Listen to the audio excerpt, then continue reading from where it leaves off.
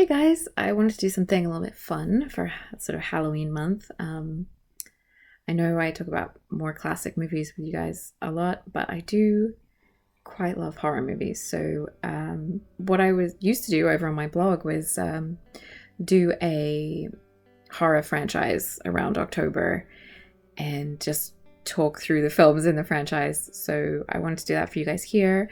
And I thought since there was a Candyman movie coming out this year, I would cover Candyman. So the original Candyman film came out in 1992. So we're heading back to the 90s. I felt a little bit like Peabody and Sherman for a second there. Yeah, so this is Candyman, 1992 to 2021. I think I remember Candyman when I was a kid, people talking about how it was super, super scary and like the scariest thing I've ever seen kind of thing. And I remember my cousin saying like, oh, I've seen Candyman. You know how cousins like and siblings kind of show off to each other like, oh, I've seen it. I wasn't scared. And I'm thinking back now and I'm like, I don't know how old we were, but we were young. Like I think under 10. So I don't know if her oldest sister was a bit older, so maybe she let her watch it. But I have a feeling she might have been lying to me. I didn't see it till years later, and I kind of liked it. It just feels a little like it was trying to do something different, so that's always appreciated. So basically I ended up rewatching the original one. That's just called Candyman. And I just I love an early 90s film. I find it very nostalgic. I love old horror stuff. And because I heard of the remake coming out, that kind of inspired me to rewatch it. So what I didn't realize is that this film had sequels that I had never heard of. So I just kind of went down a rabbit hole and watched everything. So the big bad guy, kind of, in these films is an urban legend about a man called Candyman who has a hook for a hand. So like Bloody Mary in the sleepover game, in this story, you stare into a mirror and say his name 5 times and he'll come. I love it. Originally, the plot was a Clive Barker book, and it was set in the UK on a housing estate, and the focus was on class barriers in Liverpool. When it was adapted for the film, it was changed to be set in the US, more specifically in the projects. And Candyman, the character, became a slave who dared to fall in love with a white woman, which resulted in him being killed, basically, brutally killed. So now he's able to supernaturally menace the living. When the first one came out in 1992, Virginia Madsen, who's the star of the original one, she played Helen. She pointed out that the film was not something that I think she referenced Spike Lee. That people might worry about the race element in the film. And originally, filmmakers did consult the NAACP, who read the script and were like, yeah, that's fine, gave it the go-ahead. And I find that quite interesting, that because when I watched this in 1992, and keeping in mind that I was a child and I'm not American, I sort of almost didn't get the race element. Don't judge me for that. I was very young hearing about this film. And then watching it more recently, I was like, okay, there's kind of a lot going on here, you know? So in 2021, that installment is written by Jordan Peele, and it returns to the area where the film takes place and is much more reflective of recent events. So there's a whole interesting cycle there of things, hopefully of change and things like that. I kind of wanted to talk to you guys about race representation in film, but it's so big and I didn't want to get anything wrong. And also, it's not like, I studied it a little bit when I was studying, but I'm still learning, and I don't remember like, how do I explain? I don't remember like a lot of detail, so I wouldn't want to be like, it was like this and then it was like that, and just kind of have it wrong for you guys and like misrepresent things. So I'm not going to go loads into how African Americans have been portrayed in American cinema, but I have to say it's a super interesting, sometimes horrifying, often very sad story where, you know, people have been misrepresented. And then sometimes, like, I remember films that I've seen and I've been like, oh, you know, like, this is good, this is more like less racist and more realistic, and then kind of later realizing that was just a white savior narrative and stuff like that. So I feel like that is too big of a subject to go into in this video, but I highly recommend looking into that some more. I'm going to try and find, I had a great resource that showed the changing representation of people, and I'm going to try and find it and put it in the the description at the bottom if I can. It was very eye-opening, and I just feel like it's something where I'm still learning, because having watched films for a long time, sometimes you see things and you're too young, or you don't have enough knowledge to see things in a critical way, so to speak, or within a context of the society is coming from and stuff like that. But I'm hoping that there'll be some really good, interesting resources that I can share for you guys at the bottom that will help you. I just felt like I'm not qualified to discuss that, and I didn't want to do it wrong and just contribute to a problem as opposed to help solving one. But anyway, bit of a digression there, but just to explain that. So, first Candyman movie, 1992. So Helen Lyle is played by Virginia Madsen. She is researching urban legends for her thesis when she comes across the story of Candyman. She says his name 5 times into the bathroom mirror, much to the horror of her research partner and BFF, Bernadette, played by Casey Lemons. I'm pretty sure Casey Lemons went on to become a film director in her own right. So basically, Helen has opened a deadly can of worms. In trying to find out more about Candyman, she's basically brought him on herself. So she heads to Cabrini Green to find out the truth and to try and kind of undo what she's done. But she has something that the murderous, hook-handed bad guy wants. I kind of feel like once you've watched this film, I feel like he's not such a bad guy. I don't know. Well, he is. No, he kills a bunch of people. Anyway, I love the 90s style of this film. This is quite a stylized film. It has a real look to it. And there's lots of shots in apartments. There's the juxtaposition of like her nice apartment in the sort of white neighborhood, and then the Cabrini Green apartments with their very what's what I'm looking for, like graffiti and stuff. These kind of like some of it's just graffiti, some of it's like artworks on the walls with spray paint. I love, like, she has a camera and a really chunky PC computer. Her camera runs out of film. Like, it's just so of its era. It's kind of great. There's a voiceover that is a trope of the films in the series, and there's a kind of dreamy quality to the whole movie. There was a story that for some of the shots of Virginia Madsen's face, she was actually being hypnotized, and they filmed that. So it could be a bit of an urban legend, but that was one of the stories that came out of the filmmaking process. And I think it kind of adds something, that there's a kind of odd hypnotic thing going on. There's this great, well, maybe it's not great. I just kind of liked it. Choral, orchestral, dramatic music And that also carries through the series just somewhat as well.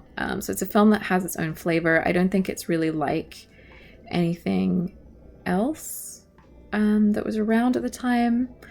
And I think one of the great things about this film is Tony Todd, who plays the Candyman character, seems to just be having such a good time playing this hook-handed, you know, what would you call it? Antagonist? We should call him the antagonist of the film. So that's like the first one. The first one was directed by an English director called Bernard Rose.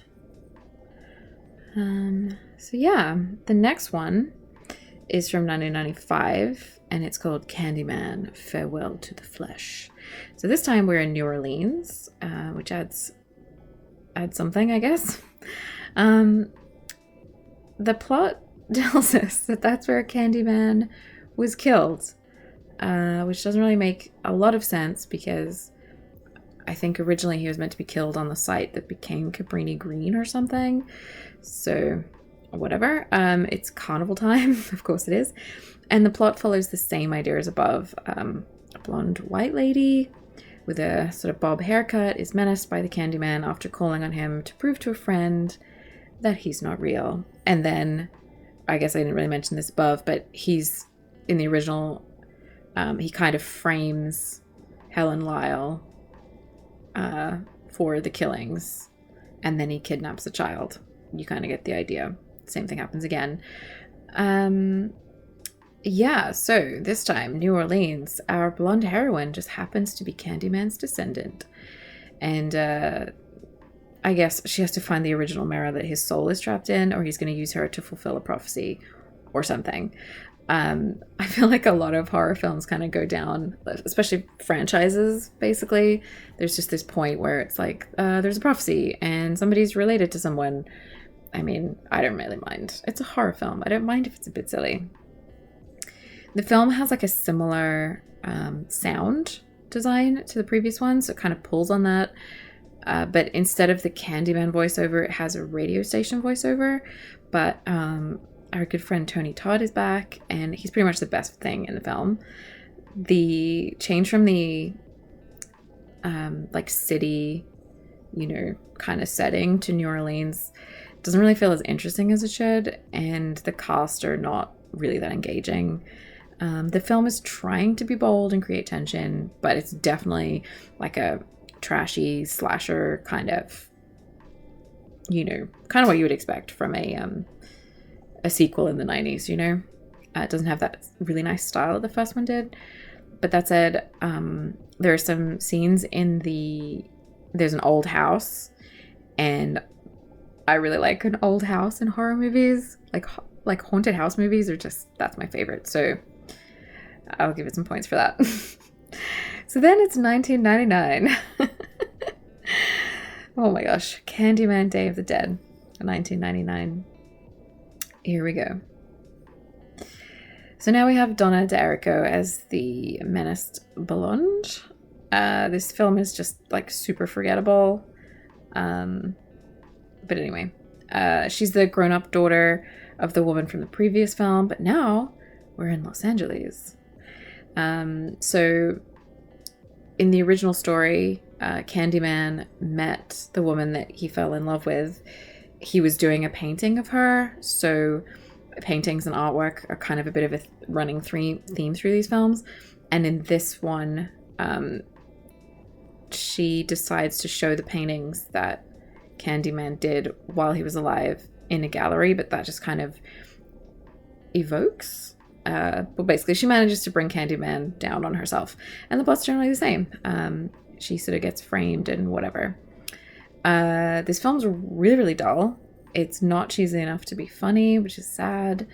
Tony Todd really does his best with the material, and there's like kind of a really funny bit where like the highlight of the film is there's a cult of like emo teens who like decided to worship him, which I think is meant to be like a comment on 90s society or something. But yeah, it's kind of funny. But mostly it's just kind of a late 90s style tone, leaning towards trying to be a bit like Urban Legend or Scream, like that kind of thing, but without the class or acting skills. Yeah, it's more boobs than blood. But yeah, it sort of ends the cycle of Candyman, and so bad it ends the cycle of Candyman movies for the time being anyway. The girl destroys the painting. Candyman doesn't have a link to the world. The end. So then we have a long gap, and it's 2021, and horror master Jordan Peele takes us back to Cabrini Green, which is awesome. This film like just sort of came out fairly recently. I think it's still in cinemas. I'm not sure when I post this if it still will be, like, because I'm recording this ahead of time, I mean. I like a Jordan Peele movie. I think he does some really interesting things, and I was so excited to see this, and I have to say I was not disappointed. Cabrini Green has now been gentrified, and this kind of gives us Candyman for a new era, which is cool.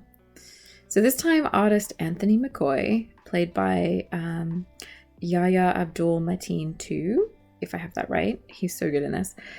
He's told the Candyman story when he moves with his partner into a new apartment that's built on what was like Project Territory. So he is looking for a new sort of inspiration for his work, and he's drawn into research the Candyman story.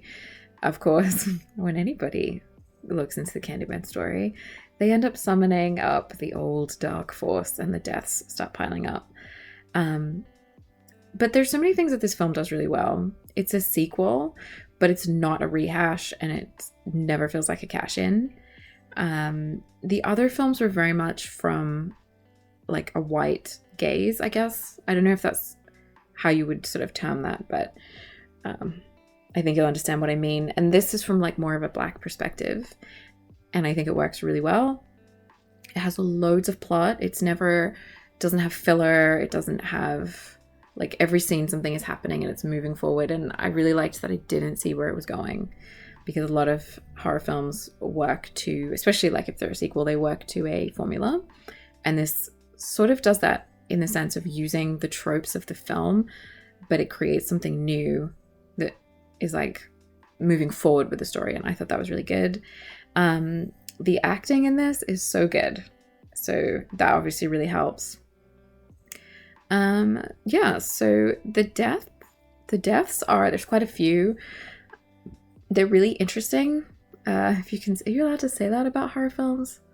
I feel like people see horror films, especially slasher type genres, for like these inventive scenarios. And this film does that, but it shoots them in a way that we're often seeing what's happening through glass or through a mirror or that kind of thing. And so it's just really clever and creative. It's really creative. So yeah, it's all the things you would expect in a good horror film, but it has all these loving little details that link back. So there's a character reading a Clive Barker book that the original film was partly based on.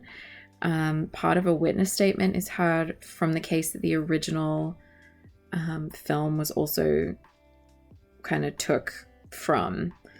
So it's like that kind of thing. I'm not sure whether to say more.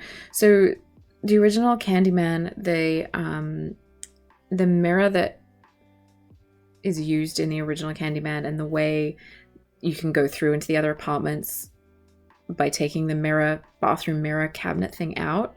There's a really horrible true crime case that was partly the inspiration for that. And if you're sort of My Favorite Murder person, you'll know the story, or you can look it up. But I sort of didn't really mention that when I was talking about the original film.